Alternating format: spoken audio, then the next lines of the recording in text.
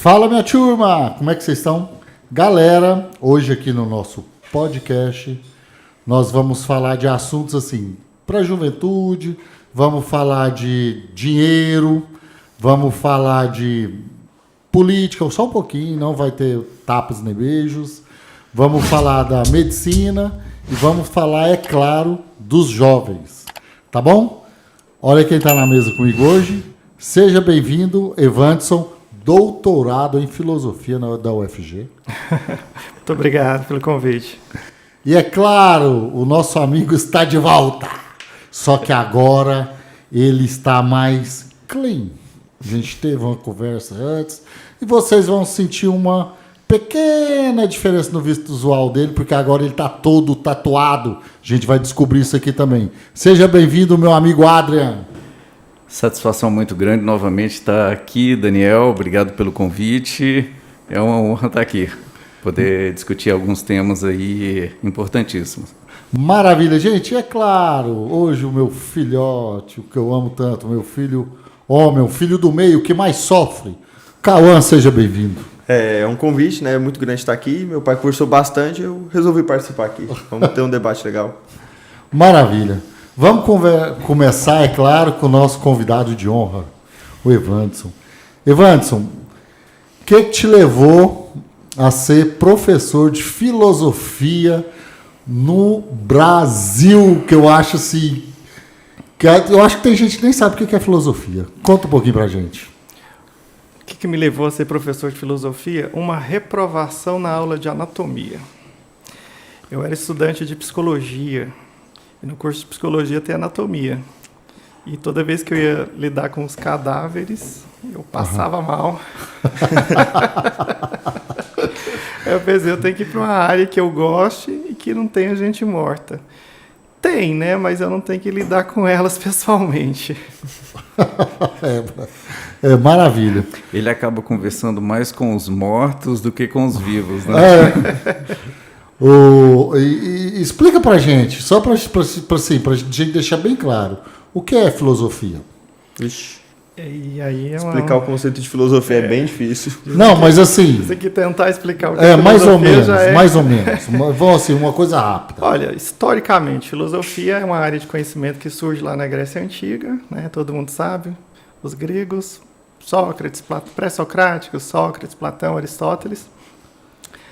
Tem aí uma longa tradição aí de 2.500 anos.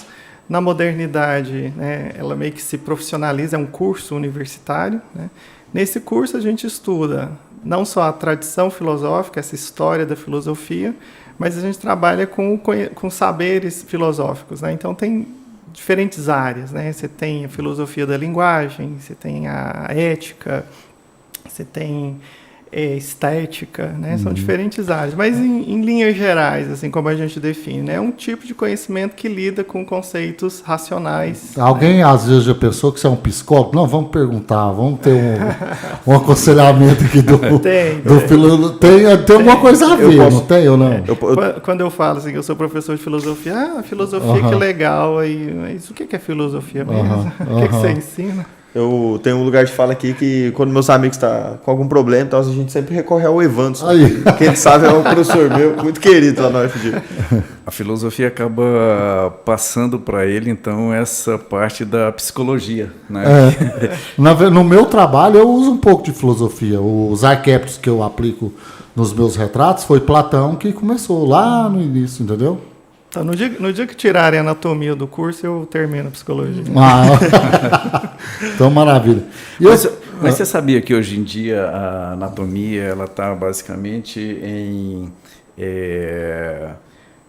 bonecos que não têm sangue, então você consegue lidar muito bem com a anatomia hoje. Antigamente, quando eu fiz o curso ali em 1995, eu sou biomédico, realmente era difícil lidar com a anatomia, porque os cadáveres estavam imersos dentro de tanques de formol. Aquele formol é insuportável nos primeiros 30 minutos, você chora a aula inteira, parecendo um velório. Não ficava doidão, não? Fica, tem uns malucos que ficam. Levando, você ficava doidão. Mas hoje em dia eu acho que a anatomia ela tornou um pouco mais acessível, principalmente por eliminar esses fatores intercorrentes. Então, acho que é um convite para você voltar. Então, eu estudava, tinha aula prática, eu estudava com os bonecos, só que a prova não era com os bonecos, né? Ah, tá. Mas o problema é a prova. Mas na minha época que eu fazia lá no Objetivo também, a gente tinha aula de anatomia também, cara, mas os cadáveres de lá, assim, era tão velho, Adri, que eu acho que em Goiânia não tinha, eu não sei como que é hoje o acesso do Creio que continua do mesmo jeito. Os mesmos, né? Mesmo que porque parece que é maior burocracia para você conseguir autorização do IML. Isso. Tem um protocolo, né, de preenchimento de requisito de doação daquele corpo, né? Então, ele tem que ser um indigente, ele tem que ter um tempo de espera, né, para ver se ninguém faz aí o pleito do cadáver como sendo ente da família, né? Então, via de regra, o corpo que é estudado em uma universidade, ele não pode ser daquele estado.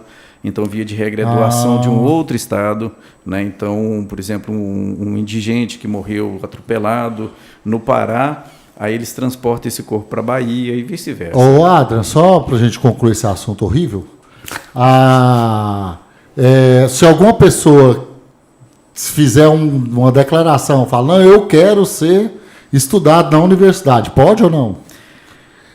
Olha, ele precisa passar por alguns requisitos, inclusive superar, né, aí o direito também da família de querer fazer o sepultamento do seu ente querido. Entendi. Né? Então, é meio que, é quase que um testamento. Né? Então, não é tão fácil a autodeclaração para estudo.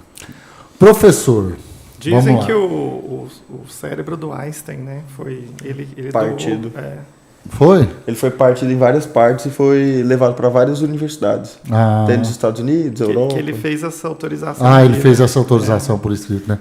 Professor, a partir de qual série a filosofia entra na vida de um aluno? Então, nas escolas públicas, geralmente está restrito ao ensino médio. Né? Agora, tem escolas particulares, aqui em Goiânia mesmo, sei de algumas, que já começa ou nos anos iniciais ou a partir do 6º ano. Sei. E qual que é a maior dificuldade que você encontra? Ou os alunos interessam demais pela sua matéria? Alguns nem tanto. Você sente essa dificuldade ou não? Então, a principal dificuldade é que, primeiro, assim, o desconhecimento e o medo, né? Assim, não conheço, se não conheço, não quero, né? Para que isso vai servir, né? Mas quando eles entendem que aquilo faz parte da formação deles, eles não precisam se tornar filósofos, né? Mas aquilo vai ser importante para a formação deles e que há um diálogo com as outras disciplinas, alguns têm interesse. Agora, é claro, as inteligências são múltiplas, né? Tem aluno que é mais para humanas, tem aluno que é mais para exatas. A gente tem que criar um método, achar um caminho que a gente consiga se comunicar com todos eles. Né? Entendi. Então, Adri, assim, igual o Cauã mesmo, meu filho, ele sentiu muita dificuldade para descobrir o que ele queria ser na vida. Entendeu? Você tem essa percepção antes dos alunos? Olha, mais ou menos, assim, porque eu acho que, tipo, assim, a pessoa tem uma... Os médicos da USP de sua aula. Deixa eu falar, quando os alunos, assim, não tem uma boa relação com o professor, assim, e faz alguma piada, ele costuma brincar com a gente. O Cauã, que vai fazer medicina na USP, ele costuma citar assim. Não, claro, porque o Cauã não tem nada a ver com medicina. Essa é a graça. Agora que ele descobriu, graças a Deus, o rumo que ele quer tomar na vida. Não, tem alunos que têm mais facilidade em humanas, tem alunos que têm mais facilidade em biológica. Agora, assim, ter facilidade em humanas, mas vai para onde? Aí é mais difícil, porque a área de humanas é gigante, a área de exatas é gigante. Mas já dá para saber. Desde sempre que eu sei que eu sou da área de humanas. Nunca tive vocação para a área de exatas. Pode falar, Adriano. Não, é interessante a filosofia sendo colocada nesse ensino fundamental, né? Digamos eu nunca assim. tive aula de filosofia, não. Acho que... Na minha época não tinha isso, não, eu acho. Acho que Sua época tava começando a formar filosofia. Na verdade, eu acho que... Você teve aula? Teve também não. Na década de 80, 90, eu acho que a filosofia estava inserida dentro da literatura. Ah, tá. Então, eu acho que a filosofia na época de vocês era bem conservada por conta da política, da ditadura militar e tudo mais. Ah, professor, e você dá aula há quantos anos já? Quase 26 anos. Quase 26 anos. O que você está notando? Quando que você acha que foi um clique que teve uma mudança de ciclo de uma geração de alunos para essa que está agora voltada na internet? Esses alunos agora não respeitam professores. Você acha que o respeito ao professor foi até que ano? Eu penso assim, não estou falando que você foi desrespeitado, não. Estou falando de forma geral das notícias. Quando você acha que teve esse clique? Você acha que foi depois que lançou o celular? Você acha que foi quando a internet se tornou mais popular pro brasileiro? Quando que você acha que teve essa mudança de comportamento? Então, assim, a resposta não é tão simples nem tão rápida. Vamos lá. Primeiro, assim, você tem que pensar que a escola ela não é separada da sociedade. Todos os fenômenos que acontecem da escola acontecem na sociedade. Essa questão do desrespeito ao professor, eu acho que tem a ver com a própria constituição da sociedade brasileira nos últimos anos, assim, de crise de autoridade, de confusão dos papéis sociais, de crise dos modelos tradicionais de família. E isso refletiu na escola. Então, a questão do desrespeito ao professor é muito anterior à questão do uso de celular. Você acha que isso vem de um princípio familiar? Com certeza, com certeza. Qual que é a sua opinião, Adra? Além do princípio familiar, houve um deslocamento do protagonista, que anteriormente era o professor, e passou a ser o aluno, né? Até pela própria mudança de metodologia, através do PBL, né, que é aprender através do fazer, tirou um pouco o professor como autoridade? Como o protagonista da transmissão do conhecimento. Uhum. Né? Então, a partir daí, naturalmente, quase que dentro de uma arquitetura, o professor ele acabou sendo não desempoderado, mas passou a se colocar o aluno como um agente ativo nesse processo ensino-aprendizagem. Aí eu penso que foi esse clique, essa virada, esse início, esse start. Professor, eu vi um debate essa semana de que eu li uma nota no Metrópole que a maior bobagem que o Ministério da Educação fez foi proibir de reprovar o aluno. Você concorda com isso?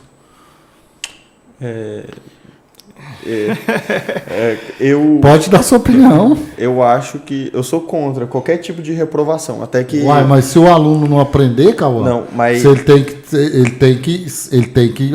passar nas provas. Depende do tipo de aluno. Tem aluno que não tem condição de ir para a escola, se precisar trabalhar. Tem aluno também que tem certa dificuldade em uma matéria e facilidade em outras matérias. Eu acho que tudo depende do caso. Então, meu filho, mas eu acho que não pode aprovar um aluno se ele não está preparado para ir para o próximo estágio. Não, eu acho que tem que mudar o tipo de ensino. Sobe o seu microfone um pouquinho. Eu acho que tem que mudar o tipo de ensino nas escolas e não colocar como passa geral. Eu acho que tem que mudar a forma de educação. Vamos escutar. O que você acha, professor? Então, aí, olha, passa... Na sua época você reprovava? Eu reprovava.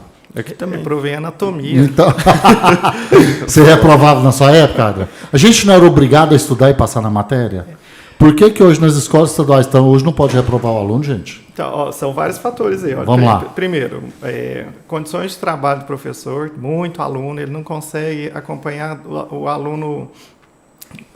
aluno a aluno, saber qual que é a dificuldade de cada um e personalizar essa avaliação, os próprios modelos de avaliação e uma necessidade aí de ranqueamento das escolas. Então, quanto mais você aprova, né?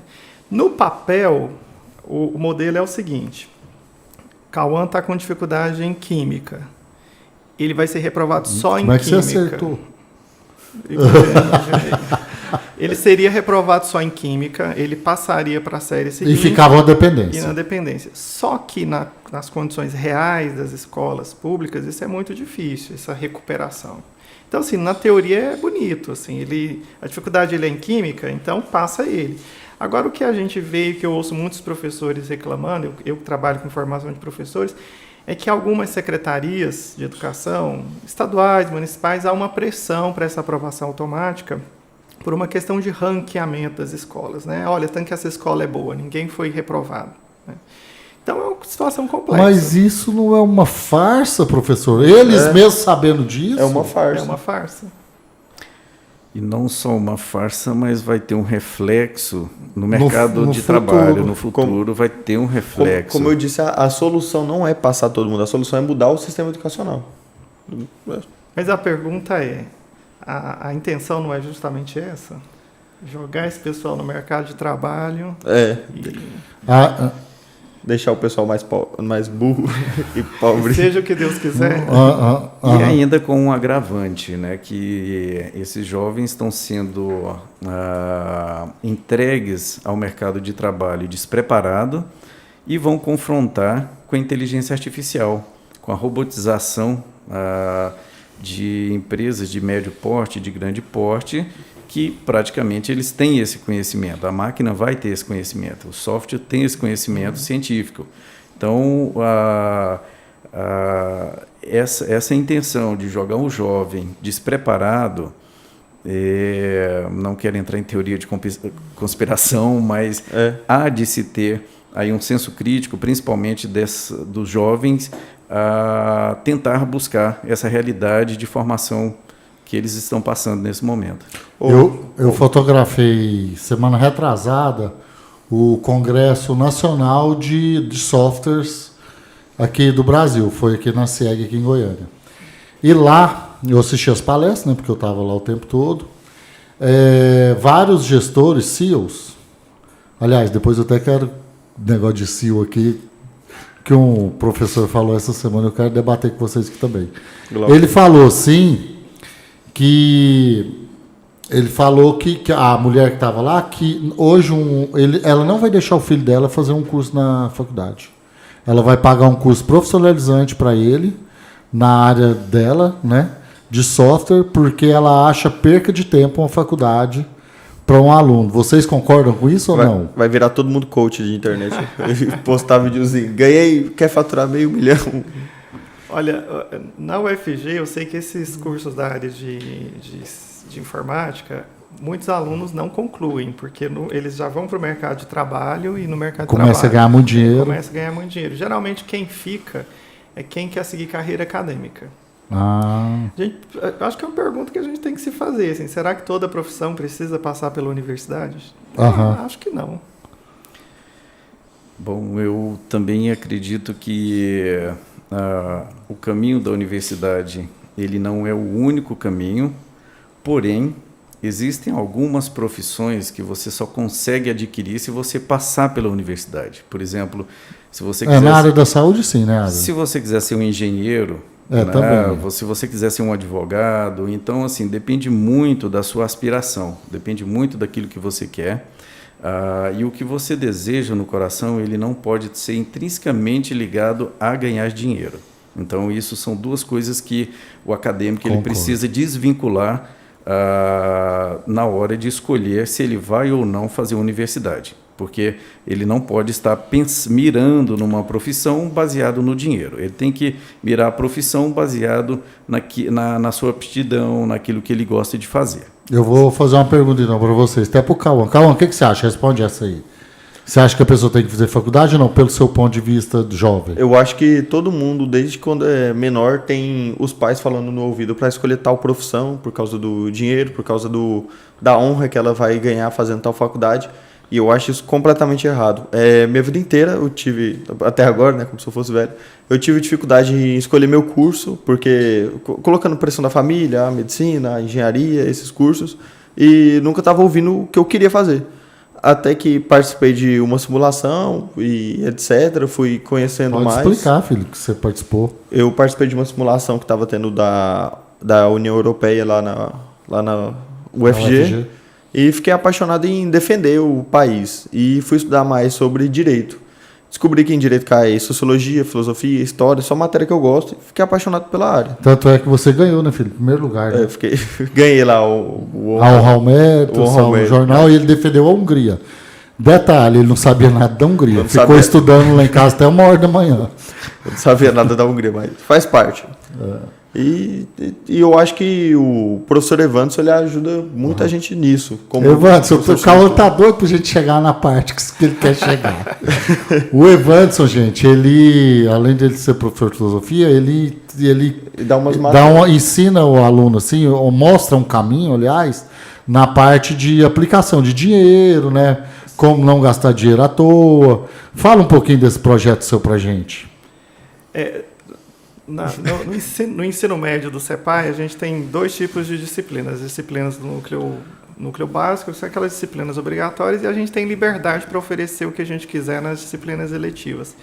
Já tem, acho que uns 5 anos, mais ou menos, que eu ofereço uma eletiva, que é uma espécie de introdução à economia, introdução à política, mostrando a relação dessas duas áreas.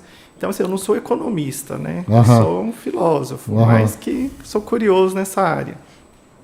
Mas eu já estou sabendo que você já comprou apartamento caríssimo. Mas não foi o Cauã que me contou, não. Pedro. Com dinheiro de aplicação. Não, mas isso é bom, vamos lá. No final da disciplina, a gente fala um pouco sobre esse mundo dos investimentos. Eu mostro para eles o que é o sistema bancário, o que é um banco, né? Da onde que vem o dinheiro de um banco. Né? Eu descobri que o banco não fale pelo Evanderson. O banco não fale, né? E a gente vê o que é esse mundo dos investimentos, para ter um pouco mais de noção do que fazer com o próprio dinheiro, né? Já que muitos já trabalham, alguns têm seu dinheirinho, mas acaba gastando dinheiro com tigrinho, sendo que pode ganhar com... Ô, Evanderson, hoje dá para viver só de aplicação de dinheiro? Não. Dá para ter uma vida legal? Evanderson. Depende da quantidade de dinheiro que você tem. Mas eu, assim, só vamos pegar uma aula com você breve aqui. Qual que é um risco? Para você ganhar mais dinheiro, você tem que aplicar naquelas que os riscos são maiores, não é? Explica para a gente aqui. O Evanderson tem 2 tipos de investidor, de acordo com ele. Tem o investidor passivo, que é o que não tem quase nenhum dinheiro, e tem o tipo de investidor que fica o dia inteiro online estudando sobre investimento, que é o Evanderson. É bem assim, não. Aí, para você ganhar mais dinheiro, você tem que arriscar. O Adrian mesmo, ele é muito bem sucedido financeiramente. Ele fala que não sabe aplicar dinheiro. Então, me contrata aí. Faria Lima. Hoje eu comentei com ele, quem vai lá? Eu falei, professor do Cauã, ele trabalha com aplicação de dinheiro também, alguma coisa assim. Ele, cara, esse negócio de aplicar dinheiro, assim, eu nunca aprendi. Você sente que o brasileiro não tem isso na veia, né? O americano já tem desde pequeno, né? Eu acho que o brasileiro, ele vê muita dificuldade em aplicar dinheiro, porque quando a gente fala porque não tem, cara. Não é por conta disso também. Qualquer um pode investir, qualquer um mesmo. E qualquer quantidade. Só aquela pessoa que está no auge. Você pode investir até 1 centavo, até 1.000. Tudo depende do seu patrimônio que você tem no momento. Mas tem renda fixa, tem renda de acordo com tanto. Tudo você precisa saber o que você quer investir primeiro. Você tem que fazer um plano de carreira antes. Eu acho que o brasileiro tem dificuldade de investir. Isso tudo ele aprendeu com você, viu? Estou vendo aqui. O brasileiro tem dificuldade de investimento porque ele pensa que é algo impossível de fazer. Todo mundo tem essa linha de pensamento. Com os poucos você vai vendo que não é bem assim. A maioria das corretoras é gratuita. Você pode entrar gratuitamente. O Inter dá uma corretora muito boa. Tem o Atoro, qual é o nome? Atoro, XP. Muitas. Elas cobram no máximo uma taxa de serviço de centavos, coisa pouca. Agora, assim, o Brasil é um país muito estranho, assim, porque é um país que tem juro muito alto, então investimento em renda fixa é muito bom aqui, né? Acho que depois da Turquia, talvez. Você vai surfando no juros. Renda variável não é tanto, mas às vezes dá. Agora é o país também que o juro da dívida é o mais caro, acho que talvez o mais caro do mundo, né? Então a pessoa se endivida num cartão, não sei se usa ainda cheque especial, mas juro de cheque especial também é muito caro. É o mais alto, né? Então, assim, você vê pessoas que ganham pouco, estão altamente endividadas e muitas vezes não é... E você acha que a culpa disso é o capitalismo que está no Brasil? A culpa disso é de muita coisa, né? Assim, de não saber matemática, O que você acha, Adam? de não saber muita coisa. Bom, me gerou aqui uma dúvida a respeito. Pode perguntar para ele. A respeito de quais seriam as melhores, os melhores exemplos de investimento em renda fixa, por exemplo, como você citou, que seria um bom investimento para o perfil, por exemplo, do brasileiro. Quais seriam, assim... Olha, eu acho que o maior investimento que o brasileiro pode fazer é primeiro pagar suas dívidas. Depois você paga suas dívidas, você pode pensar em outro tipo de investimento. Ficar controlado.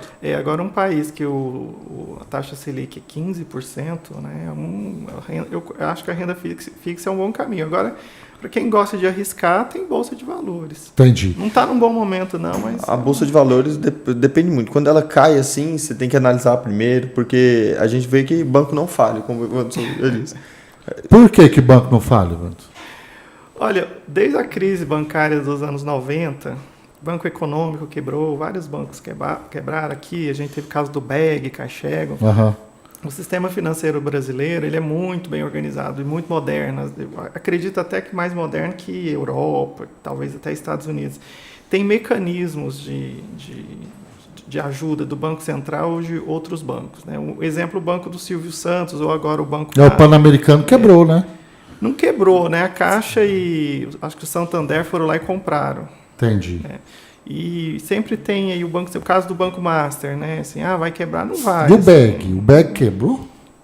Quebrou e o BEG virou Itaú, né? Eu acho que ele quebrou e foi vendido, assim, eu acho que bem mais barato, né? Era Caixega antigamente, você virou BEG, aí o BEG Não, eram separados. Eram separados? Quebrou primeiro. A Caixega quebrou Então teve primeiro. banco que quebrou nos anos 90 e todo mundo perdeu dinheiro, né? E desde então... E a culpa da queda desse foi dos anos 90? Você acha que foi por causa do Cruzado Novo, que o Collor aprontou tudo naquela época? Não, assim, os bancos brasileiros, eles se acostumaram com a inflação, então se ganhava muito dinheiro com a inflação. Entendi. Quando acaba a inflação, acaba a mina de ouro deles, né? E começaram a quebrar, assim, muitos bancos mal administrados, bancos assim na mão de famílias, né?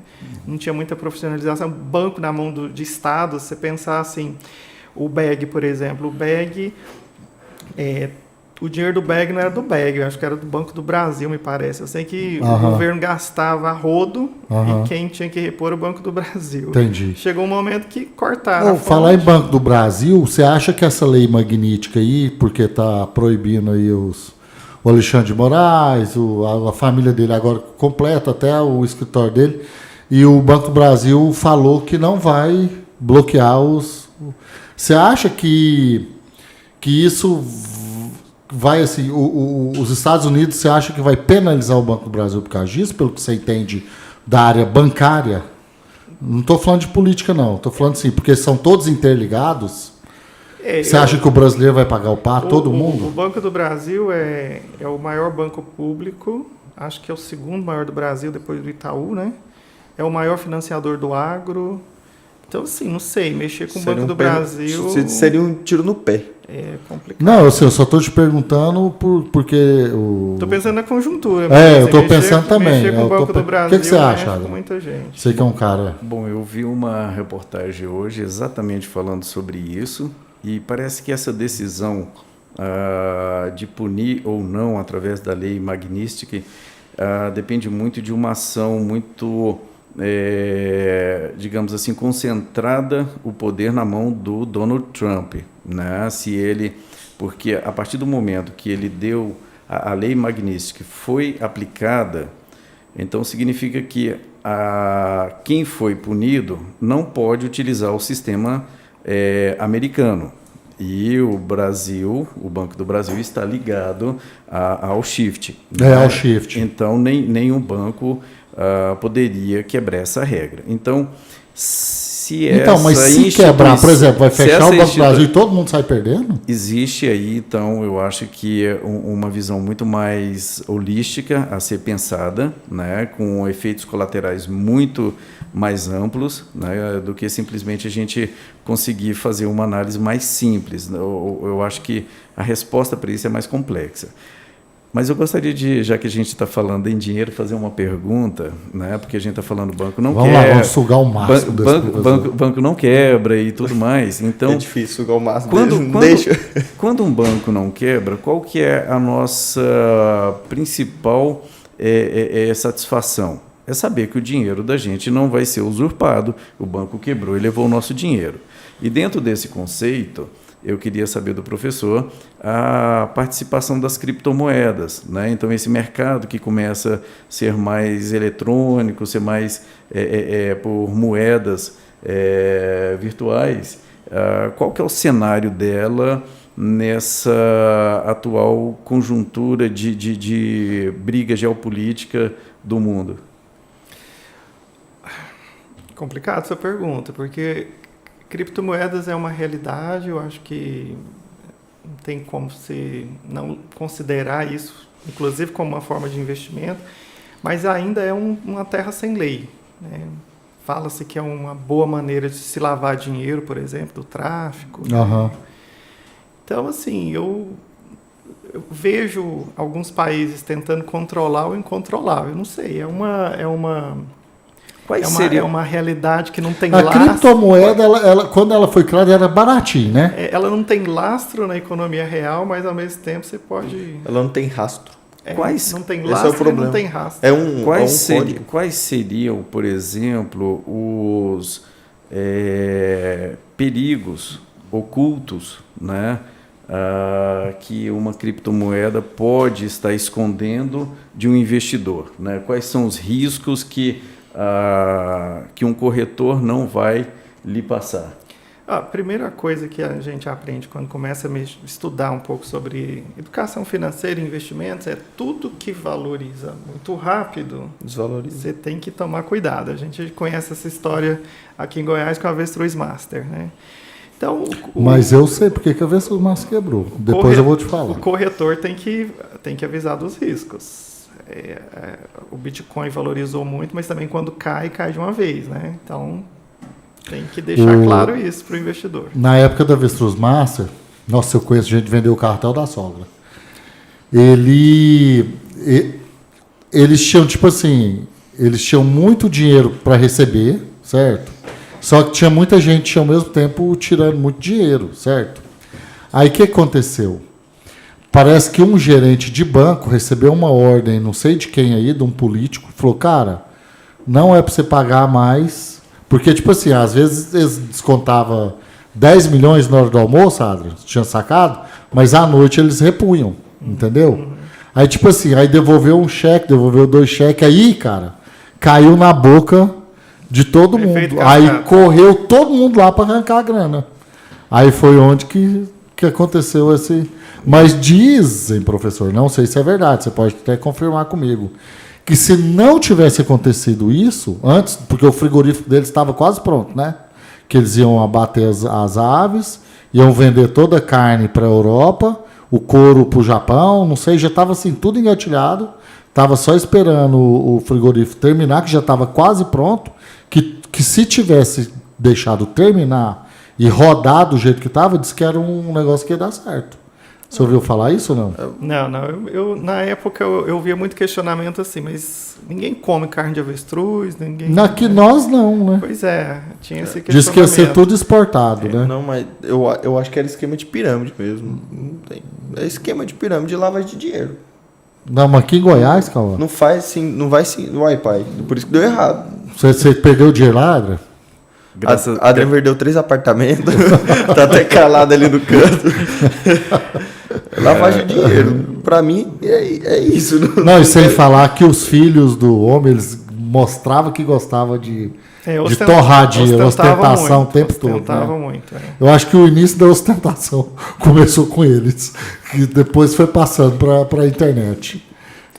A avestruz, na verdade, ela se demonstrou como um Avestruz verdadeiro... Master. A avestruz Master, me perdoa. É engraçado. A avestruz Master, quando começou a desmoronar, ficou claro um sistema de pirâmide onde que um avestruz era vendido para 4, 5 pessoas. Né? Então, quando os compradores começaram a visitar ali Eu fui lá. Olha, eu comprou a avestruz, eu sabia que tinha comprado Não, avestruz. comprei não, só fui lá Comprou, não, conhecer. você comprou sim. A conta não, começou a não fechar, né? E aí começou a vir as Foi suspeitas. parecido com o boi gordo, né? O boi gordo eu não lembro, eu era muito pequeno, mas disse que foi desse jeito aí. Foi. Eles estavam vendendo boi de papel, né? Não existia no pasto. Ah, entendi. É criptomoeda. É uma desse jeito. criptomoeda sem computador. Era o boi gordo e avestruz. Falando em criptomoedas e talvez Eu pensando tô agora... desconfiado que o Adrian aplicou agora- na criptomoeda. Tenho certeza Agora que ele eu tô tava no boi gordo. desconfiado. Agora numa questão mais ampla, a gente ouve falar aí no BRICS, né, querendo fazer uma moeda unificada, né? Nós estávamos esperando esse assunto.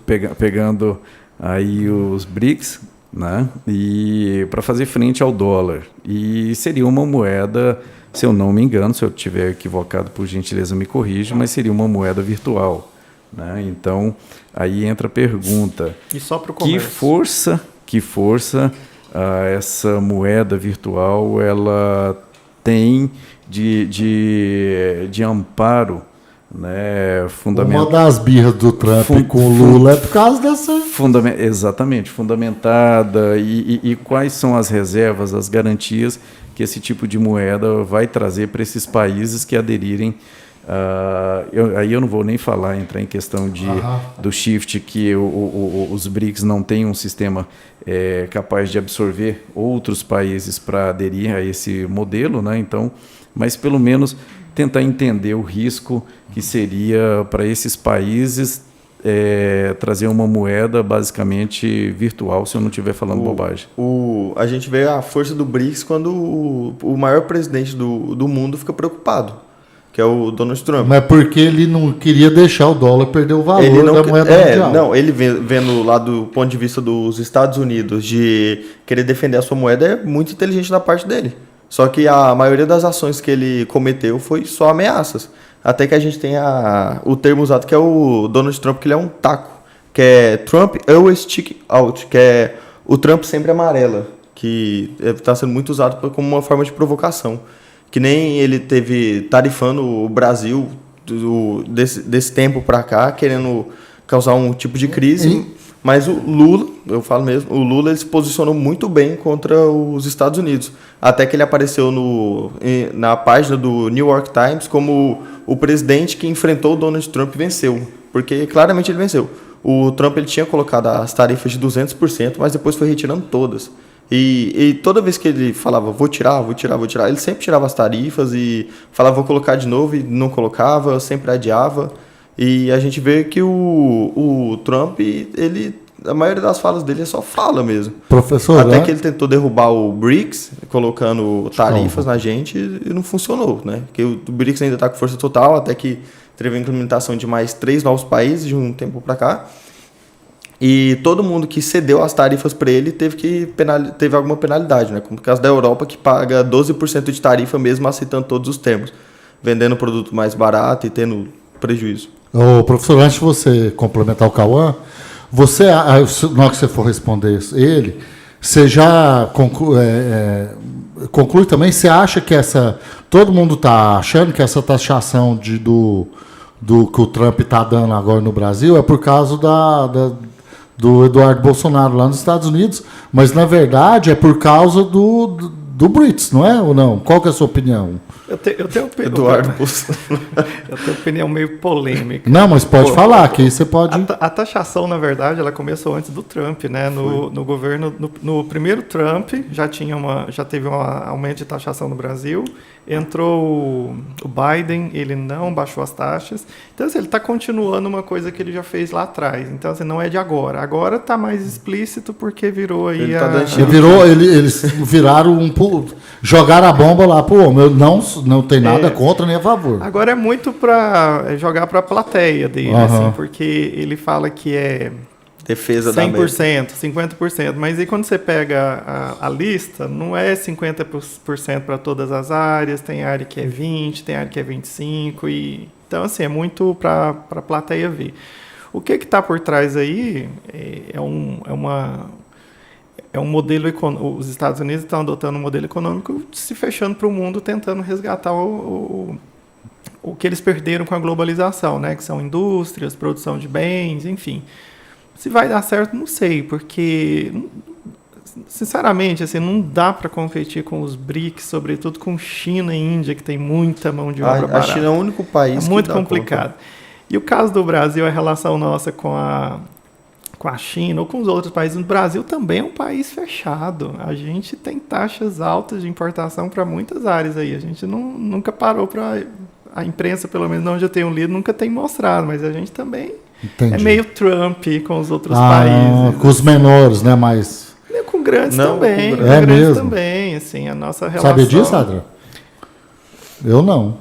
A gente tem uma relação boa aqui com o Mercosul, porque é o Mercosul, o mercado comum. Mas cara, a gente só que eu tava vendo, muito o mercado interno. Eu tava vendo um podcast, o cara explicando assim, que se, por exemplo, o Brasil rompesse com os Estados Unidos, isso nunca vai acontecer, é claro, que, por exemplo, mas a gente tem uma agricultura. Cara, mas o veneno que joga para a agricultura vem dos Estados Unidos, você tá entendendo? Que não sei o que, a gente tem muita carne, tudo bem, mas o complemento para o capim crescer, para o boi comer, vem dos Estados Unidos. Você está entendendo? Nós dependemos muito dos Estados Unidos para a gente sobreviver. Hoje no mundo há uma interdependência. Entendeu? Que então, assim, não tem como. Não adianta você falar, é só plantar, a gente se mantém. Se mantém não, galera. O veneninho que joga ali é americano. Entendeu? O adubo que joga ali é americano. Mas aí que tá. Agora o Brasil está se fechando para os Estados Unidos também. O veneninho que a gente estava comprando só com os Estados Unidos está tendo um toquezinho da China, da Índia. Veja o caso da Rússia. Quando a Rússia invadiu a Ucrânia, a União Europeia se fechou. Nós vamos comprar mais gás, não vamos comprar mais petróleo. Aí a energia elétrica subiu, tudo subiu. Teve uma inflação que há muito tempo a Europa não via. O que a Rússia fez? Cresceu 5% ao ano. Vendeu para os árabes. Começou a vender para a China, para a Índia, começou a vender... Então, assim, há outras possibilidades. Agora, no caso do Brasil, a gente tem uma longa história com os Estados Unidos. Assim, não dá para... A relação é entre estados, não é entre governos, né? Entendi. Acho que as pessoas confundem isso. E você acha que isso vai parar onde? Qual que é o fim? O fim... quando você acha assim, que vai acabar essas birras, essa taxação? Olha, o fim. Você acha que o fim vai ser... Está breve, está longe? Tá... Não, eu acho que tudo acaba na vida prática das pessoas. Se essa taxação aumentar a inflação nos Estados Unidos, se essa taxação, por exemplo, não reverter em reindustrialização dos Estados Unidos, não vai fazer sentido. Por exemplo, saiu a taxação dos filmes estrangeiros. Para os Estados Unidos, o que é um filme estrangeiro nos Estados Unidos? Porque todos os filmes feitos em Hollywood não são feitos só em Hollywood, são feitos também no Canadá, na Hungria, na Itália, na Coreia do Sul. O que é um filme estrangeiro? Então, assim, tudo hoje tem uma interdependência, não dá para você criar um modelo... Aquele modelo lá do mercantilista, lá do início da modernidade. Não dá, o mundo mudou muito. Então, onde vai dar, não sei. Mas a globalização chegou no... Mas diz que o Trump voltou um pouco atrás, Adra, por causa dos próprios lados na América, os próprios americanos, precisando do produto brasileiro também. Eles não conseguem ficar sem nosso suquinho de lá. Entendeu? Outra coisa que está acontecendo lá também, eu tenho uma amiga minha que mora lá nos Estados Unidos.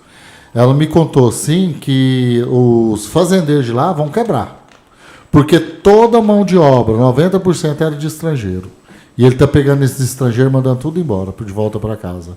Diz que os fazendeiros lá estão uma loucura, não está tendo mão de obra mais com eles. Eu vi um caso curioso. Assim, não vamos sobretaxar o vinho europeu, vamos tomar vinho da Califórnia. Ok, mas a rolha vem de Portugal. É a mesma... É a situação que eu te contei aqui do plantio da soja do Brasil. O veneninho que joga ali é americano. A globalização chegou num nível muito grande. Não tem como nenhum país falar, vou fechar as portas para vocês. E aí entra nessa questão. Tudo, querendo ou não, pelo que a gente está conversando aqui, passa pelo dólar. Passa pelo dólar americano. E o que está tentando-se é romper, né, a dependência do dólar. E parece que esse mecanismo de moeda para se quebrar a hegemonia do dólar, me corrige se eu estiver errado, é através de uma moeda virtual. Se eu não me engano, Como é que é a moeda da China, Calma? Você que faz China. Yuan. O Yuan. Não, mas Seria virtual. Não, mas o Seria virtual. outra, uma virtual. Não sei. é o nome da moeda do BRICS, né? E se eu não me engano, parece que dar um Google aqui. uma moeda de circulação de mercadorias, né? De relações econômicas, porém não se trata mais do papel físico, né? Você vai ter transações através de créditos. E aí a minha pergunta volta quais os riscos, né, de se aderir a esse sistema que tenta fazer frente a uma hegemonia consolidada há mais de um século aí, ou meio século da economia americana através do dólar? Qual o risco que um país como o Brasil enfrenta, principalmente a nível depois de população, nós brasileiros aqui temos de apoiar uma revolta ou um sistema que tenta peitar aí o shift? Eu acho que a gente pode responder com uma pergunta. Como que eles vão parar o BRICS, na verdade? Porque o BRICS ele vai acontecer de qualquer jeito. Agora, como que a gente vai fazer acontecer só vendo? Pois é, a China deu um recado com aquele desfile militar. Deu. Assim, temos poder militar também. O Trump, eu acho que a resposta do Trump pro BRICS, na verdade, foi quando o Putin foi visitar o país, ele colocou os caças voando por cima do Putin. Aquilo da lá foi uma intimidação, mas eu acho que a China não... Você acha que se o Trump não tivesse sido eleito, tinha acontecido a Terceira Guerra Mundial? Se ele não tivesse sido eleito... Eu escutei isso num podcast. Diz que ele que brecou porque o pai estava indo por um lado assim... Não, pode dar a sua opinião. Você deu essa... É uma pergunta que eu joguei no ar mesmo. Olha, Ele ama o Trump. Tem um historiador britânico já falecido, o Eric Hobsbawm, era um historiador marxista. Karl Marx. Ele falava que no século XX houve uma única guerra, não houve Primeira e Segunda Guerra, houve uma única guerra, que entre Primeira e Segunda não teve nada. A guerra continuou. Eu fico me perguntando se a gente não está nessa mesma guerra até hoje. Sabe qual que é? Começou lá no século XIX. Uma Guerra Fria? Não, guerra mesmo, porque assim, as guerras nunca pararam. Olha, Ucrânia e... O que a gente teve foi a continuação. Porque... Você acha que foi só mudando de localidade? Sim, eu acho que sim. O exemplo claro, Palestina e Israel, Mas por enquanto está na periferia do império. Entendi. Enquanto eles não se enfrentam porque se enfrentarem não tem amanhã, né? Entendi. A gente está O mundo acaba a gente tá no nível agora, se tiver uma guerra, não vai sobrar. A Quarta Guerra Mundial vai ser a quinta de pau e pedra. Voltando nessa questão da imposição aí, ou pelo menos a exposição do seu arsenal bélico, daquele desfile da China, eu acho que a gente precisa lembrar um pouquinho que a Alemanha também desfilava um poderio bélico que eu acho que 1/3 do poderio bélico da Alemanha na Segunda Guerra Mundial, ali de 30 a 45, 1/3 do poderio era todo esse poderio que a China está apresentando, né? E ainda assim, os Estados Unidos tinha potência suficiente para que, quando eles decidiram a entrar na guerra, simplesmente eles colocaram o fim na guerra. Eu acho que... Então, assim, eu vejo que os Estados Unidos ele ainda não mostrou a metade do potencial bélico que eles têm. Eu acredito numa teoria de que essa apresentação de arsenal bélico nada mais é do que uma vitrine, né? Então eu produzo um monte de blindados, um monte de mísseis supersônicos, mas louco foi nos drones. Mas eu vou fazer o que com eles? Na verdade, eu preciso é vendê-los. Então E eu tem preciso, também um outro tipo de guerra, mostrá-lo. que é a guerra digital, né? Você tem os hackers. A gente tem visto, assim, os aeroportos da Europa param, porque ataque hacker. Aham. Esse caso aí da Venezuela, né? Estados Unidos ali cercando a Venezuela, me pergunta, vai invadir? Não. Fala, olha, tem maneiras mais eficientes e mais econômicas de você destruir que um nem a país guerra sem do- precisar Deixa eu invadir. terminar.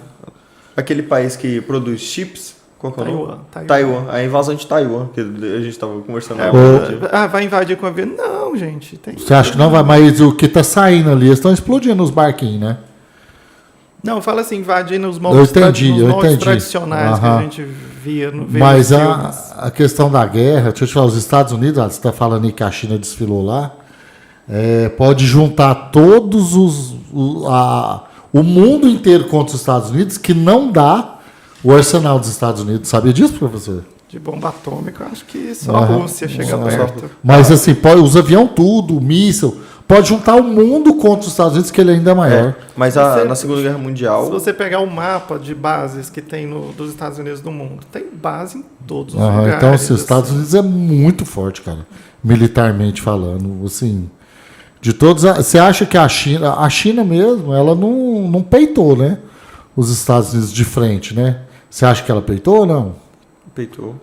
Mais ou menos. Mais ou menos, cara. menos, Ela porque- arregou ali no Não, finalzinho. eles são interdependentes. Aham. São interdependentes. Assim, os Estados Unidos sozinhos são 25% do mercado consumidor do mundo. Aham. Tudo que eles compram é da China. Eles não produzem mais nada. Só que tem que lembrar. Só que lá nos Estados Unidos não compra o carro da BYD, você sabia, né? Lá não tem carro elétrico da BYD, mas eles a têm Tesla- essa BIA. E a fábrica da BYD agora na China fechou as portas. O que você acha que... Fechou e abriu no Brasil? Não, lá fechou agora, essa semana, você viu, Adra? Não, não A A Tesla, BYD fechou nos Estados Unidos. a Tesla não tá Ou se nos Estados, mudando não, pra nos Estados China. Unidos não. Na China. A Tesla não estava se sim. mudando para a China? As ações da Tesla? Não, a Tesla já tinha fábrica na China, eu acho. Só que os carros, eles não compram o carro da BYD, mas compram o carro da Tesla. Mas eu vou fabricado na passar uma China. informação para vocês aqui, que eu fiquei sabendo há um tempo atrás, quando eu estava estudando. A China comprou todo o plástico do mundo, de todas as fábricas, todas as indústrias que fornecem plástico, para daqui 10 anos. Então ela controla o plástico no mundo. Por exemplo, se ela não vender plástico para uma indústria de automóvel dos Estados Unidos, eles não entregam os carros. Não, olha... Entendeu? Assim, ela está no controle de muita matéria-prima. Não, e a China fez uma coisa que, assim, eu acho que os Estados Unidos entregaram de bandeja a África e a América Latina para a China, porque quem está fazendo investimento em infraestrutura aqui na América Latina Na e na África. África? Os chineses, estrada de ferro, porto. Ela está se preparando para Se montar alguma preparando. coisa lá. Entendeu? Aqui vai ter uma estrada de ferro ligando o Centro-Oeste ao Pacífico.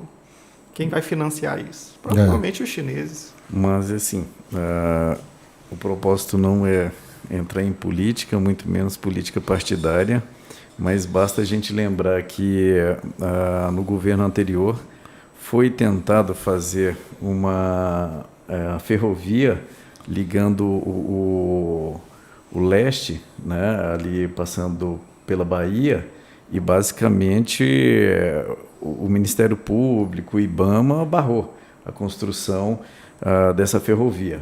E agora você vê uma facilidade de aprovação do IBAMA quando você muda o governo e muda o interesse.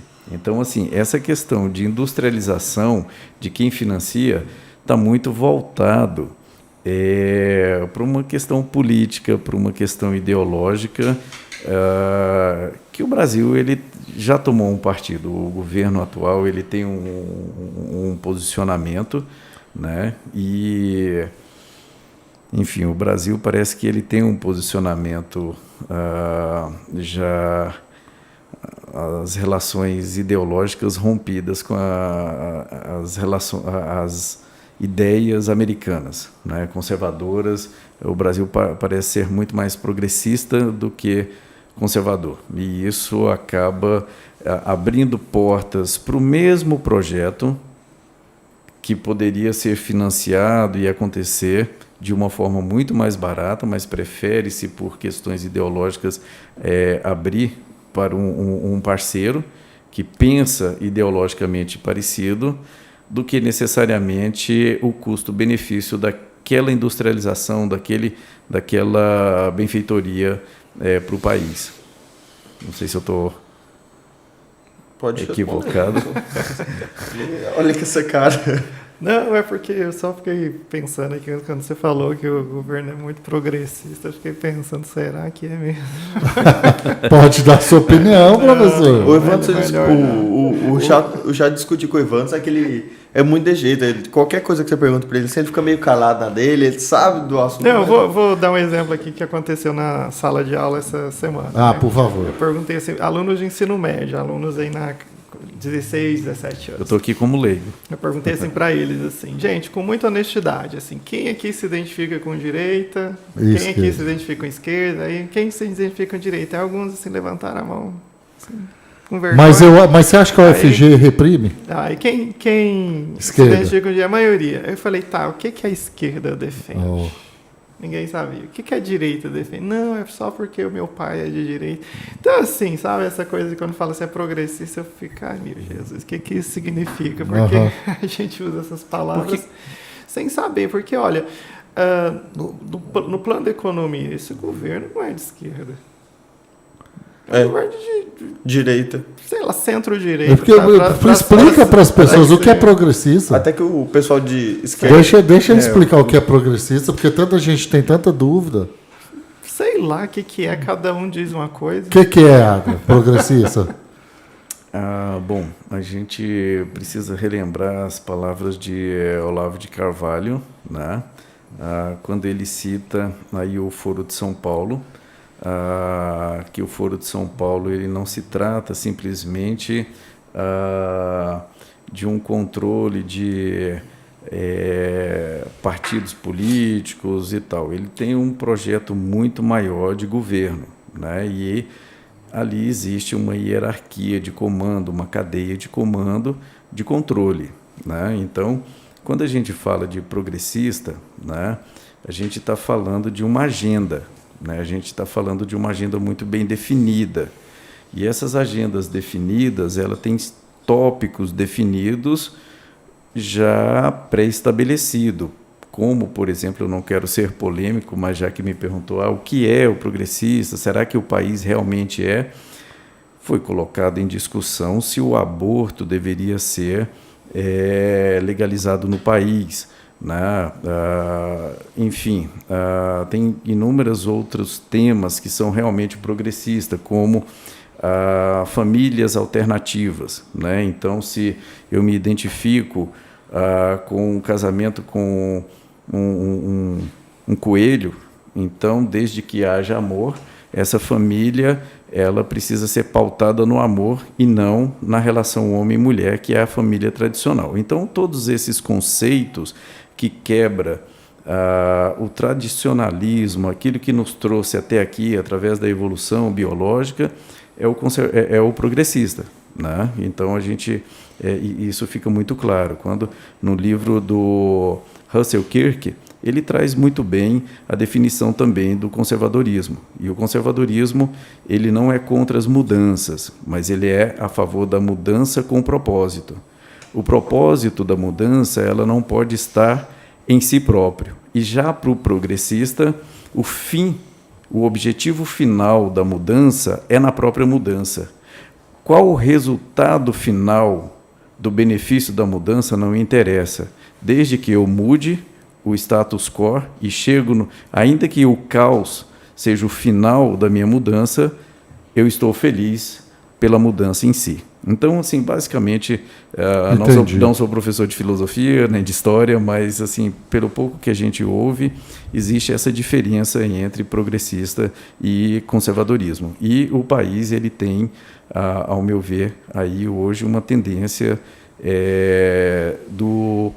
o liberalismo não econômico, né, mas dessas pautas, dessa agenda progressista. É uma agenda 2030, é uma agenda muito bem definida, que eu vejo o país adotando a incorporação dessa agenda 2030, agenda progressista, em suas políticas, em suas ações culturais, através de imprensa, através de artistas, através de toda a produção artística e inclusive no meio educacional, né? Pegando aí desde o primário a formação acadêmica de nível 3º grau.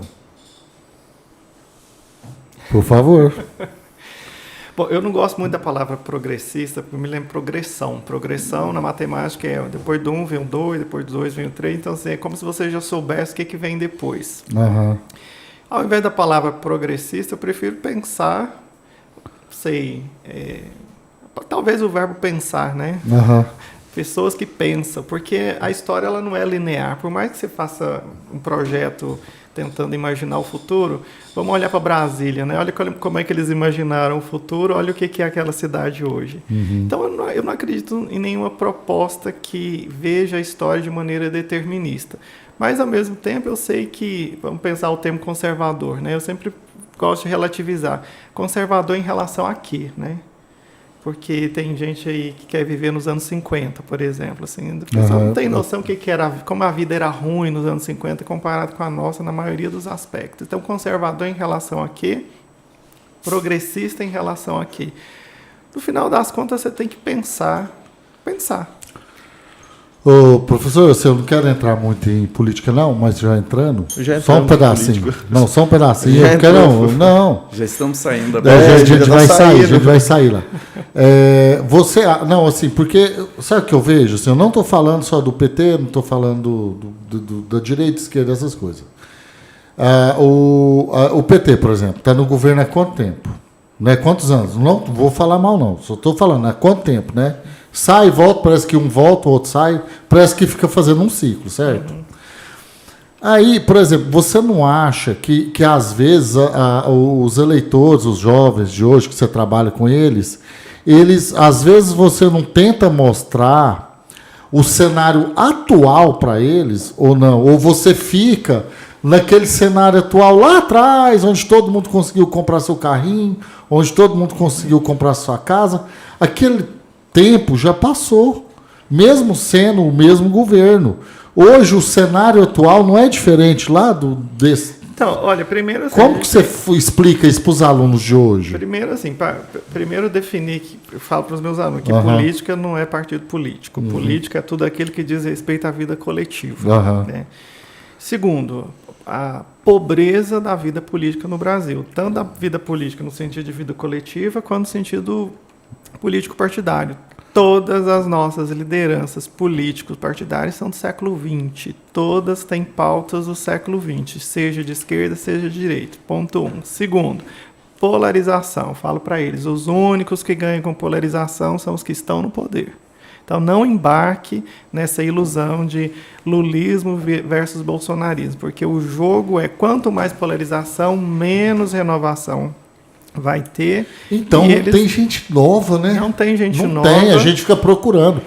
E quando tem, tá nesse jogo da polarização. Mas, igual, eu tenho um amigo meu que ele não gosta do Bolsonaro, mas ele não é PT também. Aí ele fala, cara, eu não gosto do Bolsonaro, mas também não gosto do Lula. Aí eu falei, mas você gosta de quem, então? O Pedro... Tá no ar, né, a pergunta. O meu amigo Pedro mesmo, meu melhor amigo, ele fala bem assim, não, eu sou de esquerda. Aí todo mundo fala, lá, vota no Lula. Aí ele fala, não, mas eu também não gosto do Lula. Aí ele fala, quero ter arma. Eu falo, mas pessoa de esquerda não tem arma. Essa polarização tá muito grande do Brasil. O pessoal de esquerda tem. Você acha, professor, você Adrian também, você acha que o Pablo Marçal, lógico, né? Não. A gente acompanhou ele. Peraí, calma. Ele ia ser, querendo ou não, eu vou te falar como que eu vou te falar o que ia acontecer com o Pablo Marçal, se ele ganhasse. Ele ia ganhar ali, aquela revolta dele, usou o arquétipo do rebelde, batia na mesa, papo. Nós brasileiros identificamos com ele pela filosofia, porque ele revoltou contra a política, nós, querendo ou não, ter uma revolta contra o político, certo? Por isso que ele chamou a atenção de todo mundo. Ele não quis ganhar essa política, mas se ele tivesse ganhado... se ele tivesse ganhado, ele não ia ter o apoio se ele fizesse uma lei, ele não ia ter apoio dos vereadores. Sabe como que ele ia ter o apoio dos vereadores? Pela internet. Ele ia chegar na internet com uma lei lá que ele queria aprovar, por exemplo, ia falar assim, esse vereador aqui não vai votar não, esse não, esse não, esse não. Ele ia começar a mostrar, esse ia ser o jeito dele conseguir as leis dele. Mas, querendo ou não, ele era o único candidato rebelde diferente que teve no Brasil. Querendo ou não, falar mal ou bem dele. Só que essa rebeldia eu acho um pouco perigosa, porque é a rebeldia antipolítica. Aham. Eu acho que não tem que ser antipolítica, tem que ser pela renovação da política. Então a gente vê algumas figuras, assim, sobretudo vindas das redes sociais, que fazem esse discurso da antipolítica, mas quando entra, faz igualzinho. Gente, olha quem está voltando para Goiás e vai ganhar, hein? Marconi Perillo. Você acha? Lógico, o Daniel Vilela é muito fraco. O que você acha, professor? Prefiro não opinar. Não, mas o Daniel Vilela fraco aqui em Goiás. Então, ou não. as pesquisas estão mostrando aí. Mas o Marconi é forte demais, cara. O Marconi no interior, muito forte. Então, tipo assim, ia pra você ver. E ele saiu como do governo aqui? Daquela forma. Porque saiu, né? E agora tá voltando e vai ganhar. Então, tipo assim, o ciclo voltou. Esse vai ganhar, eu nunca falo isso, assim. Até pela própria história do Marconi, né? Na primeira eleição, o Íris ia ganhar, né? E o jogo virou. Então, não sei, as eleições... O jogo começa mesmo a partir de fevereiro do ano que vem. Tem uma pergunta que ainda está sendo processada na minha cabeça. O professor fez uma pergunta muito interessante a respeito do o que é o conservadorismo, né? Como a gente entende o que é o conservadorismo, né? Eu penso que, para que a gente possa entender o que é o conservadorismo, né, é voltar a viver uma vida de retrô, né, é viver os anos 40, é viver o século XIX. Eu penso que a resposta para essa pergunta ela parte de um conhecimento de que existe uma informação vertical. Eu já falei isso aqui em um outro podcast. Existe uma informação vertical, ela está no DNA e ela é uma informação também cultural que vem desde os primórdios pré-socráticos, de uma cultura até verbal, onde não havia escrita, né? Então você tem uma informação vertical. Essa informação vertical, ela tem por finalidade a preservação da vida, né? Então, se você não trazer a informação de que o homem se reproduz através de uma mulher e que você vai ter filhos e netos e quando você morrer a espécie humana continua, eu vou partir para uma informação horizontal. Então, essa informação vertical é o que a gente pode, de grosso modo, entender de uma forma mais genérica e mais ampla do que se trata o conservadorismo. É essa tentativa de trazer essa informação de forma vertical. Então, quando você entende do que se trata a informação vertical, as informações horizontais, que são as informações que você vai aprendendo com o próximo, o conservadorismo ele não é contra, ele não rejeita as mutações, ele não rejeita a sua individualidade, ele não rejeita a sua individualidade, pelo contrário, ele defende a sua individualidade. Então, quando a gente quer realmente entender de uma forma mais conceitual o que é o conservadorismo, quando a gente faz essa pergunta meio relativista, o conservadorismo é o que? É voltar a ser retrô, voltar a ser machista? Não, o conservadorismo é buscar aquela informação vertical que vem independente de qual foi a origem. Eu entendi, desde o início. Independente da origem humana. Aí a gente volta naquela questão que eu falei, as pessoas reproduzem, né? Sou isso, sou aquilo, sem saber do que está falando. Né? O professor, hoje você acha que pela sua avaliação como professor, você acha que os alunos hoje eles estão demorando a se encontrar, o eu deles? Você acha que eles estão muito superficiais, assim? Olha, tem um fenômeno aí, a adolescência, né, prolongada, né? As pessoas estão... Você acha que estendeu? Estendeu. Acho que por conta né? da pandemia. Não, acho que é anterior. calma. Acho que é anterior. Você acha? Eu acho que tem Acho que é por também... causa do celular. Tem também uma infantilização no comportamento das pessoas, assim, as pessoas não querem amadurecer, né? Aham. Não querem amadurecer. Que- O que está por trás disso? Não sei se é um fenômeno econômico, já segura. Você acha que é a superproteção dos pais? Tem esse fator, sim, tem esse fator. Eu acho que se tem, né, coisa da minha cabeça, não. Tem estudos mostrando assim que essa geração mais nova, sobretudo essa geração que cresceu no terceiro milênio, é uma geração mais super protegida. É a geração dos condomínios, é aquela geração que Da bolha, né? nunca ralou o joelho. Né? Mas Isso vai ter um impacto. Já estamos vendo esse Já. impacto nos adultos. O que a gente vê, por exemplo? Adulto não é uma pessoa de 25 anos, um adolescente de 25 anos que não sabe ouvir um não da namorada. Não quero namorar com você. Como assim? Como assim? Não. Então tem uma infantilização, isso aí tem pesquisas mostrando isso. Aconteceu uma coisa comigo muito recente, que eu fui retratar um aniversário, e foi um aniversário de 18 anos. Toma cuidado com o processo. Não vou falar nada, não vou falar nada. Toma cuidado com o processo. Um aniversário de 18 anos e, tipo assim, que eu percebi, e foi num condomínio fechado, um condomínio fechado Condomínio de burguês. muito alto aqui em Goiânia, um padrão muito alto. Eu percebi que a mãe, mas o pai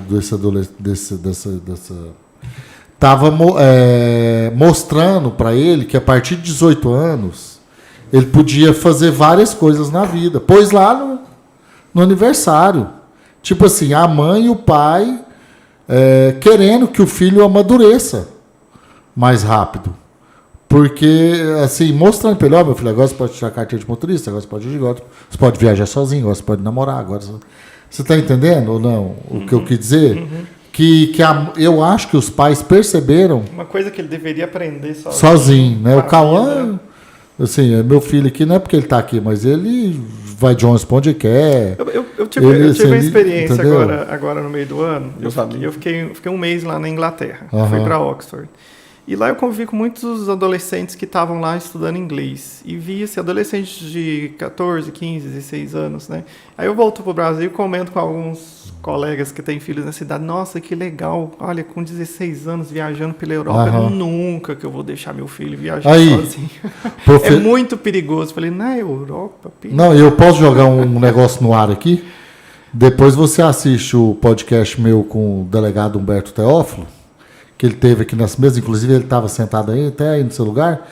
Ele falou que não tem coragem de deixar os filhos dele estudar na Universidade Federal, aqui no Brasil. Ai, vou ficar calado. Por qual motivo? Vão fumar Não, maconha? Maconha e outras coisitas mais, que eu não quero falar, porque senão... É o mesmo exterior. Deixa ele responder, meu filho. Vou repetir aquilo que eu falei da escola. Tudo que acontece dentro da escola acontece antes na sociedade. Assim. Então, essa história de que lá dentro... Olha, o ambiente universitário, desde sempre, quando você vai estudar a história da universidade, a universidade começa lá na Idade Média. Desde sempre, o ambiente universitário foi subversivo. Sempre. Em todas as faculdades. Todo, sempre foi assim, né? É assim em qualquer lugar. Agora... Por que a da Federal, então, é tão falada? Não sei. Acho que Professor, como que você lidar com o assunto que usa droga lá na Federal, que você pega? Como é que é? Como que você se dá com algum aluno que você pegou fumando uma maconhinha lá? Bom, eu trabalho com menores de idade, não pode. Menor de idade não pode. Tá, não, eu tô falando lá na faculdade, Agora, no ambiente. No ambiente, assim, se é maior de idade, cada um cuida da sua vida. Agora, eu falo, assim, eu não sou adepto, assim, cada um faz a sua vida, mas assim, eu falo, olha, é isso mesmo que você quer? Você formou aonde? Na PUC. Lá o povo fumar maconha? Se fumava, eu não conhecia. Pessoal Se lá- fumava, não era da minha turma. Eu pessoal lá é católico. Não mexe com isso, não. eu acho Lá muito- a gente estudava teologia, filosofia, sociologia. Mas é muito estereótipo, assim. É. Tipo assim... tem Não, uma eu, fala quero, de- eu tô te fazendo essas perguntas porque eu quero chegar por que que a Universidade Federal carrega essa carga sozinha. É porque é do povo, pai, é do Estado, Entendeu? é do governo. Não, não é, cai é disso sim, não. é uma pejoralização que tem. Você não É vê. por isso que eu Cê- tô. Entendeu? A faculdade particular é pra quem? Entendeu? É pra quem tem uma renda Cê- boa. Não, mas quem estuda, É da quem estuda na elitização. Federal hoje, calma, Tá. a maioria dos alunos que passam no curso de medicina da Federal hoje são todos burgueses, porque É. estudaram nas melhores escolas. Tá, isso né? dá- Não, tem aí os cotistas, né? Metade Tem- é tem bom. Não, beleza, mas você concorda com isso que eu falei? Mas, né? mas você não vê eles falando, olha, o burguês fuma maconha. Entendeu? Você vê só eles falando que a classe baixa que fuma maconha. É que nem, por exemplo, você não vê ninguém falando que faculdade particular, que é o lugar onde vai, como você disse, a maioria dos alunos de baixa renda, que são as pessoas de a renda Hoje quem tá na precária, faculdade falando. particular é os mais pobres que estudaram Eram os mais nas pobres. piores escolas e tá ali pelejando pra pagar uma E faculdade. mesmo assim, você não vê eles falando que burguês fuma maconha, só o pobre. É engraçado, ninguém fala. É. O EG foi uma maconha. É o EG fuma É, maconha. então. E a UEG é estadual, calma. E burguês. Então, isso que eu. Não, Não, mas federal. Os maiores federal é burgueses diferente. estão na Federal. Então, mas nos você, cursos de saúde. mas você não vê ninguém falando que burguês fuma maconha. Não, mas eles não classificam, não, cara. Eles só Classificam. falam que lá na faculdade só tem Classifica, maconheiro lógico que tem um estereotipo. e etc. Lógico Eu não que sei tem de onde que estereotipo. vem, não. Assim, mas assim, começou em algum lugar, né? Nossa, a faculdade mesmo de São Paulo tem vários vídeos que mostra antes e depois de uma aluna entrar lá na USP. Tem essa Não é, história querendo, mesmo. não é querendo caçar briga, não, mas só fala mal da federal quem deu conta de passar na federal. Só que não é querendo arrumar briga, Mas o Só fala mal o da perfil do aluno das federais mudou muito nos últimos 20 anos. Quando eu entrei lá, eu me lembro. Entrei lá eu era professor da UEG e entrei na UFG em 2004. Eu me lembro, às vezes, de comentar com os colegas. A gente ia para o restaurante e falava assim: olha, quase não tem negro aqui. Depois vieram as cotas. Você é a favor ou contra as cotas? Cotas raciais e as cotas de escola pública. Mudou o perfil. Mudou o perfil. Olha, sim, sou a favor, porque a cota, ela não é... Não é migalha. Não, e não é simplesmente assim, qualquer um entra. É o aluno de escola pública que consegue a nota para entrar. Então, continua sendo... É aquele aluno que... Você acha que ele não tira o lugar de um que estudou? Não, até porque o número de vagas dobrou, né? Então, assim, ele não tinha condições de concorrer com o aluno do WR. O aluno do WR continua entrando, o aluno do Arena continua entrando, só que agora entra o aluno do colégio estadual, o aluno do IFG, o aluno do CEPAI. Professor, aluno negro. essas cotas, elas só valem para a faculdade federal ou para a faculdade particular também? Não, Você sabe eu dessa acho que informação ou não? cada instituição tem liberdade de escolher. Exatamente. Até que estava tendo agora uma revolta, que estava tendo até greve de que cotas não é migalha para você colocar pouco numa instituição. Professor, pode fazer uma pergunta muito polêmica, mas sem... Por que você acha que tem que ter cota negra?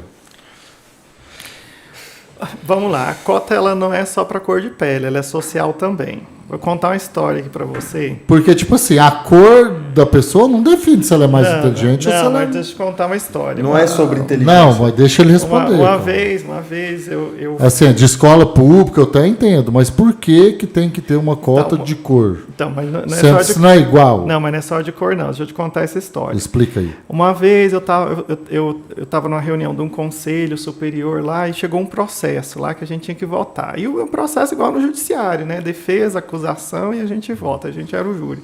O processo era o seguinte: uma aluna negra entrou no curso de medicina e ela foi denunciada por alguém, talvez algum colega, que ela não se enquadrava nas cotas. Mas como assim ela era negra? Ela se enquadrava. Não, porque a cota não é só cor de pele. Ela é uma menina negra que estudou a vida uma menina negra de classe média alta. Assim, morava no Bueno, passava as férias. Estudou nas melhores escolas. Passava as férias esquiando, tal. Então não é só cor de pele, ela é social também. Ah, tá. Então assim, é pro preto pobre, para aquele que se enquadra, né? Entendi. E essa menina estava no meio do curso de medicina E ela perdeu? Foi expulsa, perdeu tudo. Ela não tem nem a chance de transferir para outra universidade particular. Perde tudo, porque ela fraudou o processo seletivo. Vai ter que fazer o Enem de novo. Mas nas próprias regras das cotas fala isso, que a Fala. pessoa tem que ser negra e de uma classe baixa. Tem, no caso, eu acho que é aluno de escola pública. Tem que ser aluno de escola pública. Por que já não entra na cota de escola pública? Não, porque tem a questão, leva-se em consideração aí dados econômicos dos negros no Brasil, que são mais desfavoráveis. Se você pega os pobres, brancos e negros, os negros eles estão na condição ainda pior. Ah, entendi. É como se fosse uma reserva dentro da reserva. Entendi. É como se fosse assim, os negros ainda eles são mais pobres do que os brancos. Isso. Eu tenho uma pergunta com relação às cotas. A nota de corte de um cotista, ela é a mesma nota de corte de quem não é cotista? Não, são notas diferentes. São notas diferentes. Agora, depois, quando ele entra na universidade, você não consegue ver diferença entre cotista e não cotista. Geralmente as notas são iguais. Tem algum estudo que demonstra que um aluno que tem, como foi declarado aqui, que não é uma questão de cor, mas uma questão social, de acessibilidade àquela informação desde o seu ensino primário. Então, querendo ou não, isso, pelo que eu entendi aqui, foi declaratório, de que existe uma deficiência de informação, de acesso à informação desse aluno. Por isso, se ele competir com um aluno, por exemplo, a gente está citando um colégio aqui de alta performance, que a mensalidade é para poucos que conseguem bancar, então ele já vem com uma certa deficiência básica de educação, de saber ler, de ter o hábito de ler. E quando ele chega, por exemplo, no curso de medicina, você acha que ele tem realmente condições de acompanhar? Tem, porque olha assim, pensa os o seguinte, não cotistas? São duas vias aqui. Uns que estão nas escolas melhores vão ter notas melhores, claro. Só que esses que estão nessa outra via aqui, os alunos dos cotistas, eles também são os melhores daquele grupo. Então, os que entrarem para a medicina vão ser os melhores daquele grupo. Tanto que quando eles entram, lá dentro a diferença de notas é perceptível. Não, a pessoa, assim, ela não entra porque ela não é só negra, ela entra porque ela é negra e ela tem as melhores notas de onde que ela veio, não é isso, professor? Isso, ela que eu tem que entendi. alcançar. Então, se o ponto de corte é mais baixo, mas não pelo é que eu tão entendi. baixo. Só que aí o professor acabou de dizer que o ponto de corte é mais baixo. Só que aí quando a gente pensa, o ponto de corte é mais baixo, seria interessante a gente citar esse valor do ponto de corte, porque o ponto de corte de um não cotista dentro de uma faculdade federal para medicina é cerca de 9,6. O cotista, ele atinge pelo menos 5. Aí você Não, é muito mais que isso. Aí você vai pegar Muito os mais que melhores que aprovaram lá, eles foram aprovados porque a maioria tiraram meio ponto. O melhor dos cotistas tirou 4,6. Um dos piores dos não cotistas tirou 8, mas a nota de corte era 9,5. E você quer depois fazer um sincretismo de conhecimento lá para dizer que os dois têm a mesma habilidade, sendo que o cara que tirou a melhor nota ali, ele tirou 4,6. Então, assim, eu sei que a discussão é polêmica, né? É uma tentativa de buscar uma justiça social, mas eu penso que não há de se colocar uma peneira para tampar esse fato de que a formação básica de um cotista, ela por si só, até por ser declaratória, ela é uma formação inferior. Então o cara vai ter uma dificuldade de aprender uma matéria mais complexa. Vamos colocar uma patologia, né? O cara está fazendo uma aula de patologia geral. Começa a falar a respeito de determinadas reações bioquímicas. O camarada não consegue saber. Você acha que não consegue acompanhar? Mas, você acha que consegue, Mas professor? você sabe para que serve as Consegue. cotas? Sabe? É para acabar com as cotas. A gente tem a cota de pessoa negra de baixa renda para a gente acabar com as cotas. Para a pessoa que tem baixa renda numa família pobre ter a oportunidade do filho dela não precisar. Como foi no caso da menina que foi expulsa de medicina. O objetivo, se a gente pensar assim, a longo prazo, era formar uma classe média negra que não precisasse de Ô, professor, cotas lá na e se porque assim, vai que tenha um aluno branco, pobre igual um negro, pobre, que igual você falou que o negro é mais pobre do que o pobre branco, mas se ele for do mesmo nível de pobreza desse mesmo cota. negro, ele entra numa cota Cotas também? de aluno de escola pública. Eu entro. Ah, entendi. Eu entro nessa cota, aliás. Não, mas você não é pobre. Né? Não, mas eu entro. Mas eu entro.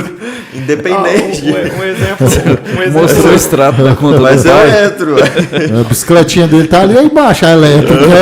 Agora, olha o caso da... Podem falar o que quiser, mas eu entro. Mas você entra por quê, Cauã? Porque eu estudo em escola pública. Não, a federal ele entra? Entra. Ah, ele entra. Agora, então. o caso da pós-graduação é curioso. Eu fui coordenador por 2 anos, fui vice-coordenador por 3 anos. Durante o meu período na coordenação, ninguém entrou por cotas. Porque todos os cotistas que lá atrás tinham feito graduação como cotista, eles passavam nos primeiros lugares. Então, nunca pegamos cotista. Não, parabéns. Porque assim, esse pessoal que entrou e conseguiu fazer um bom curso, e no mestrado e no doutorado já não precisaram de cotas. Professor, o aluno, igual o Cauã está lá na federal, ele tem. Então ele entra na cota Aluno de escola pública. De aluno de escola pública. E quem estuda no CEPAI não tem mais uma cotinha assim, não? Tem. Podia Ou ter, não? né? Não, Podia mas não ter. tem, não? Porque, Não, tem. por exemplo, ele já O está Heitor- lá dentro, né? O Heitor pegava. Para continuar, Ah, tá. não tem, não? Um incentivo, Não, um preparatório, nada? Não, porque se fosse assim, o graduação e mestrado seria automático, né? Graduação, mestrado e doutorado. Não, são etapas diferentes, tem que ter seleção. Ah, maravilha. Gente, o assunto tá bom. Acho que a gente pode até esticar depois para depois. Professor, obrigado. Tem as suas considerações finais. Então, eu queria agradecer. Foi muito Gostou? bom, foi muito bom o papo. Adra, suas considerações finais. Mais uma vez, só agradecimento, uma aula aqui enriquecedora, né, do professor, né, trouxe muita elucidação para dúvidas nossas aqui, só tenho a agradecer a presença e o ensinamento dele. Cauã, suas considerações finais. Estou muito agradecido do professor ter aceitado o meu convite e muito agradecido pelo Adrian ter vindo. Duas pessoas com um intelecto bastante alto e que me ensinaram muitas coisas. E agradecer pelo meu pai também, pela proposta de ter me colocado aqui. Cauã, não é engraçado, a gente está parecendo, a gente está aqui por cota. Tamo Nós por dois. conta. E a mãe? Não agradece a mãe, não? Agradeço, Tá, agradeço minha mãe também ter motivado, que eu amo tanto ela. Organizei isso aqui tudo. Gente, muito obrigado. Ó, sigam o nosso canal, sigam o Instagram de todos que estão passando aqui durante a programação. não tem Instagram. Galera, ajude a gente, compartilhe. Tá? A gente vai postar esse programa inteiro no nosso canal Voz Podcast e vai ter os cortes de cada assunto aqui. Se vocês não gostaram, pode comentar. Se gostaram, pode curtir. Tá bom? Vocês têm toda a liberdade de compartilhar, de conversar. Pode meter a falar mal do Adro, tanto que vocês quiserem, que ele não acha ruim, não tem problema nenhum. Entendeu? O professor pode falar os elogios para ele. Então, assim, tá liberado, né, Adro? Só uma pequena ressalva. Meter o pau no Adria, não. Não, não falei pau, não. Meter pau no Adria, não. Valeu, gente. Muito obrigado, hein?